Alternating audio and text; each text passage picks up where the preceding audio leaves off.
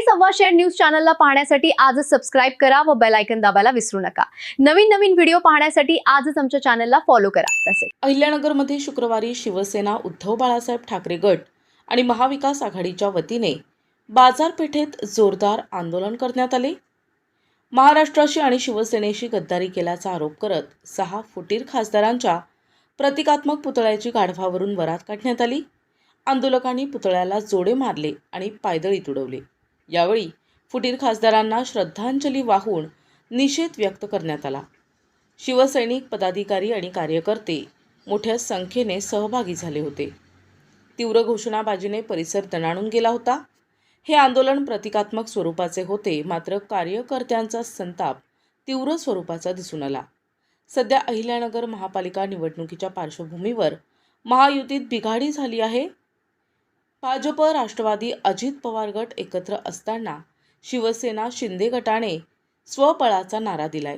Ticket वापरावरून नाराज असलेले भाजपचे अनेक कार्यकर्ते शिवसेनेत गेल्याचंही समोर आलंय। करायचं काय?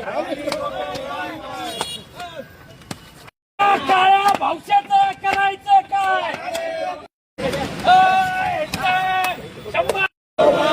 अरे या गद्दार खासदारांचं जे गेले ते स्वतः टायगर म्हणत होते, पण ते टायगर नाहीत, ते लबाड लांडगेत, ते गद्दार आहेत।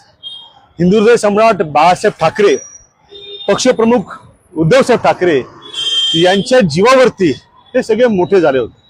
म्हणजे कधी काळी हा एकनाथ शिंदे त्या ठिकाणी रिक्षा चालवायचा ठाण्यामध्ये, आणि त्या ठिकाणी बाळासाहेबांनी मातोश्री डोक्यावरती हात ठेवला आणि रिक्षावाल्याचा एक आमदार, मग मंत्री, अगदी मुख्यमंत्री सुद्धा रिॲक्शन झाला।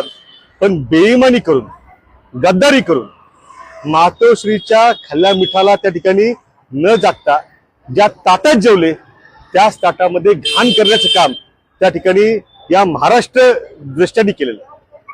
या सगळ्या प्रकरणामध्ये आमचं जाहीर आव्हान आहे की या जिल्ह्याच्या शिर्डी लोकसभा मतदारसंघातला जो खासदार आहे भावना वागचौरे, बरं का, तो तिकडचा की धाराशिवचा खूप भुंकत असतो, ओमड्या निंबाळकर, अजिबात कुणी ओम राजे वगैरे म्हणायचं नाही।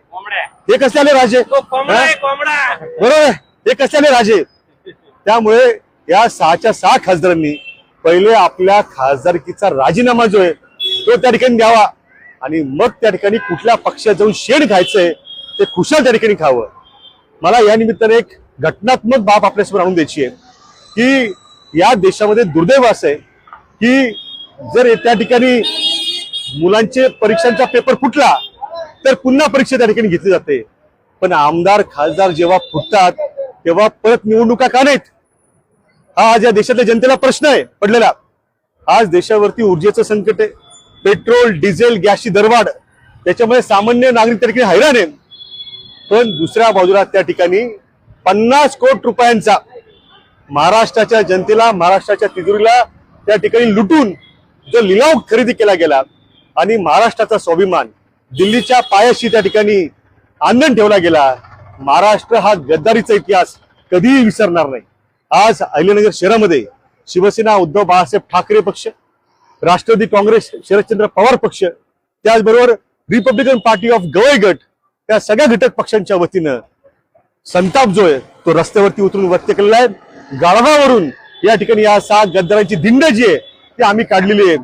या गद्दारांना आम्ही धडा शिकवल्याशिवाय राहणार नाही। खासदारांनी गद्दारी केली, हे निवडणुकीला ज्यावेळेस उभा राहिले होते, जनतेमध्ये प्रचाराला गेले होते आणि लोकशाही पद्धतीने ज्या शिवसेनेच्या याच्यावर हे निवडून आले, तर माझं या 6 गद्दारांना एवढंच म्हणणं आहे की तुम्ही हे जे काही पाप केलं ना, परत एकदा जनतेत जा, जनतेमध्ये जा आणि जनतेमध्ये त्यांनी सांगितलं पाहिजे की आम्ही जे काही केलं ते योग्य केलं का अयोग्य केलं। त्यावेळेस त्यांना जनता सांगल, जनता चपलानी जोड्याने मारतील या 6 गद्दार खासदारांना। फक्त आता यांनी जनतेत जायला पाहिजे।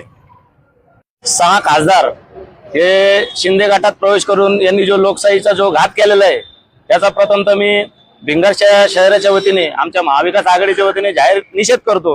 हे 6 खासदार जे फुटलेले आहेत यांना मी एकच सांगतो, ज्या लोकशाही मार्गाने तुम्हाला लोकांनी निवडून दिलेलं आहे, जर तुमच्यात जर खरंच दम असेल तर आपल्या खासदारकीचा पहिले राजीनामा द्या आणि लोकशाही मार्गाने पुन्हा निवडून या.